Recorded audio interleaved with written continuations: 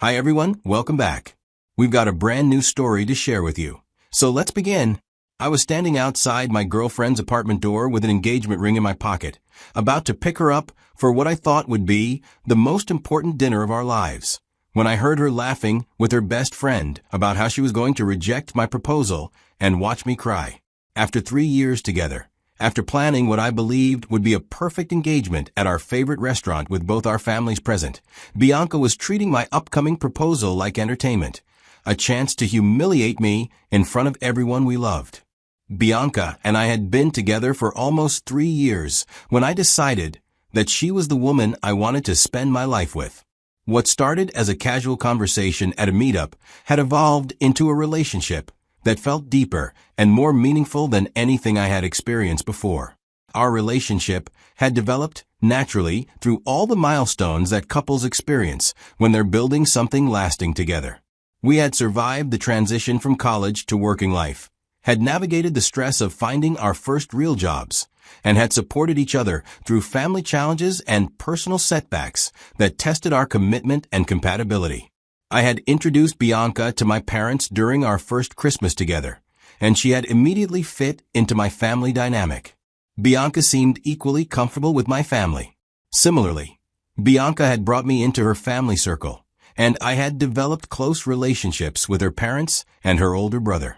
These connections felt like the foundation of something permanent, evidence that we were building toward a future that included marriage and children. Throughout our relationship, Bianca and I had experienced the kind of challenges that either strengthen a couple's bond or reveal fundamental incompatibilities.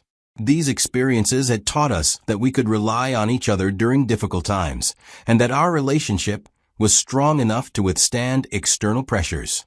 We had also created the kind of shared history that couples build when they're planning a life together. Bianca and I would often make casual references to our future. But looking back now, I can see that there were subtle signs that Bianca wasn't as committed to our future as I believed her to be.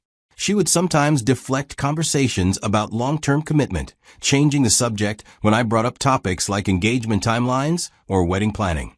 Bianca would seem uncomfortable when I get into more details of our relationships, often making comments about how young we were and how much time we had to make those kinds of decisions. At the time, I interpreted Bianca's hesitance about marriage discussions as shyness or a desire to take things slowly rather than any fundamental uncertainty about our relationship. I loved her deeply and assumed that her reluctance to plan too far ahead was simply a reflection of her cautious personality rather than doubts about whether she wanted to marry me. By our 3rd anniversary, I had become convinced that Bianca was the person I wanted to propose to, and I began the process of planning what I hoped would be a memorable and meaningful engagement. I spent weeks researching engagement rings, learning about different cuts and settings, and trying to determine what style would best reflect Bianca's personality and preferences. The ring selection process was complicated by my desire to surprise Bianca, while still ensuring that I chose something she would love. I considered her jewelry preferences, paid attention to her comments about other people's engagement rings, and eventually decided to seek advice from her best friend, who had known Bianca since childhood and understood her tastes better than anyone. The friend seemed enthusiastic about helping me plan the proposal, offering detailed suggestions, and assisting me in evaluating different options for what Bianca might want. Her friend's involvement made me feel confident that I was making choices that would make Bianca happy, and that the proposal would be everything she had ever dreamed of. Based on her best friend's advice, I selected a classic solitaire setting with a round diamond that was more expensive than I had originally planned, but which she assured me was exactly what Bianca would want. The ring was beautiful and elegant, and I felt proud of the choice we had made together.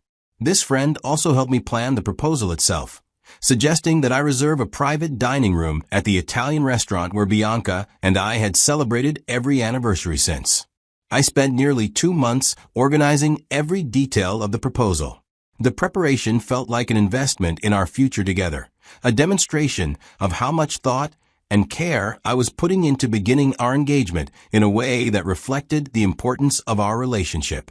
The day of the proposal was a Friday evening, and I had been nervous and excited for weeks leading up to it. I had taken the afternoon off work to prepare myself mentally for what I hoped would be one of the most important moments of my life. The ring box felt heavy in my jacket pocket as I drove to Bianca's apartment, where I planned to pick her up for what she believed was just another dinner at our favorite restaurant. I arrived at Bianca's apartment building about 20 minutes earlier than we had planned, partly because I was too anxious to wait at home any longer, and partly because I wanted to have a few minutes to calm my nerves before we left for the restaurant. I had been practicing what I wanted to say during the proposal, rehearsing the words that would express how much Bianca meant to me and why I wanted to spend my life with her. As I walked up the stairs closer to Bianca's second-floor apartment, I could hear voices coming from inside. Bianca's laugh, and what sounded like her best friend's voice responding to something funny. I was pleased that her friend was there, since she had been so instrumental in helping me plan the proposal. It is important to note that my girlfriend, Bianca, isn't supposed to know that I was proposing that day. I raised my hand to knock on the door, but hesitated when I heard my name mentioned in their conversation. Something about the tone of their voices made me pause and listen more carefully to what they were saying. What I heard in the next few seconds changed everything I thought I knew about Bianca and our relationship. Bianca was telling her friend about the dinner we had planned for that evening, but her description of the evening bore no resemblance to the romantic celebration I had envisioned. Instead, Bianca was talking about the proposal she somehow knew was coming with a cruel anticipation that made my blood run cold. Bianca's exact words to her friend were that I was going to propose that night, and she would say no and watch me cry after all my preparations. The casual, almost gleeful way she delivered this prediction felt like a physical blow to my chest. But Bianca wasn't finished describing her plans for humiliating me. She went on to mock how desperate and pathetic I would look when she rejected my proposal in front of everyone, since I never got the clue that she wasn't ready. Bianca predicted that I would probably beg her to reconsider, maybe even cry, and she seemed to find this prospect entertaining rather than heartbreaking. She described my anticipated reaction with a kind of detail that suggested she had been planning this cruelty for some time. I was expecting her best friend to counter Bianca on this statement, knowing how much I've poured into this, but she didn't. The woman who had spent hours helping me choose the perfect ring and plan the perfect proposal wasn't condemning this scheme designed to crush me emotionally in the most public way possible. Bianca seemed to view the entire situation as entertainment, an opportunity to demonstrate her power over me and my emotions. Standing outside Bianca's door, listening to the woman I loved planning to humiliate me, I experienced a combination of shock and rage. Every moment of tenderness we had shared, every conversation about our future, every expression of love and commitment instantly felt like a lie. The love haze that had colored my perception of Bianca burned away in an instant, and I saw her clearly for the first time. I backed away from Bianca's door as quietly as possible. I made it to my car and sat in the driver's seat for several minutes, trying to process what I had just learned. The drive back to my apartment passed in a blur of anger and disbelief. I kept replaying Bianca's words in my mind, trying to understand how she could plan such a thing. The woman I had planned to spend my life with had been looking forward to watching me suffer. Back at my apartment, I sat on my couch, thinking about the 3 years Bianca and I had spent together. Suddenly, certain things now made sense.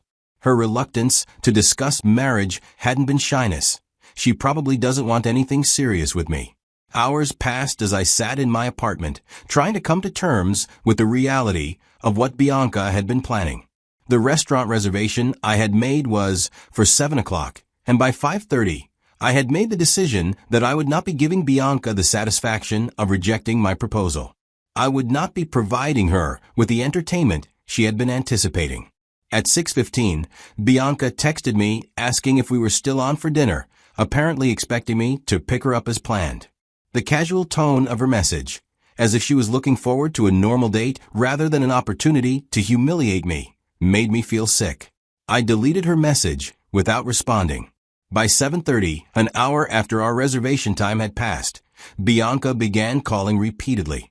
I could see her name appearing on my phone screen over and over, but I couldn't bring myself to answer. When the call stopped, Bianca switched to text messages that revealed her growing confusion about my absence.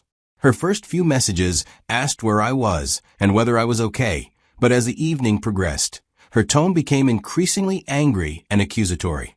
She began insulting me for standing her up for a dinner that I had suggested, completely oblivious to the irony of her complaints about my inconsiderate behavior.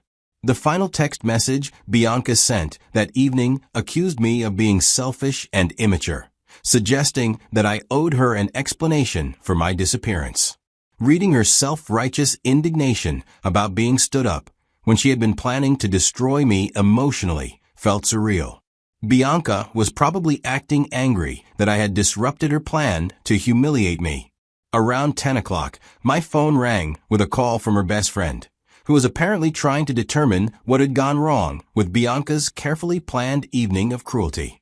This time, I answered the call, curious to see how the woman who had helped me plan my own humiliation would try to explain her involvement. The friend asked what had happened to me that evening, pretending to be concerned about my welfare while fishing for information about why I hadn't shown up. She played the role of the worried friend perfectly, expressing concern that something terrible might have happened to prevent me from keeping my dinner plans with Bianca. I didn't hold back in my response to her fake concern. I told her exactly what I thought of someone who would help a man plan a proposal, while knowing that his girlfriend intended to reject it publicly and cruelly. I explained that she was a horrible person for participating in Bianca's scheme and for pretending to care about my happiness while actively working to destroy it. She tried to maintain her pretense of innocence, stammering that she didn't know what I was talking about and asking me to explain why I was so upset with her. But I had heard enough of her conversation with Bianca to know exactly what role she had played in planning my humiliation. I told Bianca's best friend that she had known all along that Bianca planned to reject my proposal, but had never opened up to warn me about what was being planned. I pointed out that she had spent hours helping me choose a ring for someone she knew would use it as an opportunity to hurt me, and that her participation in the deception was almost as cruel as Bianca's plan itself. By this point, she was stammering and struggling to find words that might wiggle her out of the impossible position she had created for herself. She couldn't continue denying knowledge of Bianca's plans without directly lying, but she also couldn't admit her involvement without confirming her participation in a deliberately cruel scheme. I ended my conversation with her by telling her to go tell Bianca that I would never give her the satisfaction of rejecting my proposal, that I knew exactly what she had been planning, and that her cruel game was over before it could begin. I hung up before she could respond, feeling a sense of completion at having confronted at least one of the people who had betrayed my trust. Within minutes of ending my call with Bianca's friend, my phone began ringing with calls from Bianca. Apparently, she had immediately reported our conversation, and Bianca was now trying to determine how much I knew about her plans. When I finally answered Bianca's call, she began the conversation by circling around the topic of my absence that evening, acting as if she had no idea that I had planned to propose and couldn't understand why I had failed to show up for our dinner. Her performance was masterful. She managed to sound confused, hurt, and concerned all at the same time. But I was no longer susceptible to Bianca's manipulative performances. I didn't spare her feelings or try to protect her from the consequences of her cruelty. I told her exactly what I thought of someone who was evil enough to play with another person's emotions and plans for public humiliation. Bianca continued to deny knowledge of any proposal plans, maintaining her act of innocent confusion even as I explained how her behavior had hurt and betrayed me. She kept asking what I was talking about and why I was so angry, as if she genuinely had no idea what might have upset me. Finally, I told Bianca that I had come to her apartment earlier that evening to pick her up for dinner, and that I had heard her conversation with her best friend about rejecting my proposal and making me cry. The silence that followed this revelation was the first genuine reaction I had gotten from Bianca all evening. Bianca was speechless for several seconds, apparently trying to process the fact that her cruel plan had been exposed before it could be executed. When she finally found her voice, she began denying that she had meant her words the way they sounded, claiming that she had been trying to be funny and that I had misunderstood her intentions.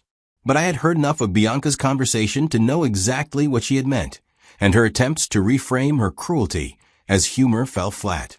I ended the call without giving her the opportunity to explain or apologize, feeling like I had finally taken control of a situation that had been designed to leave me powerless. About a year after what happened, I learned additional information about Bianca that explained her willingness to plan such an elaborate deception. Through mutual friends, I discovered that Bianca had been maintaining a secret relationship with another man for most of the time we had been together. She had been dating both of us simultaneously, apparently planning to choose between us based on which proposal she preferred.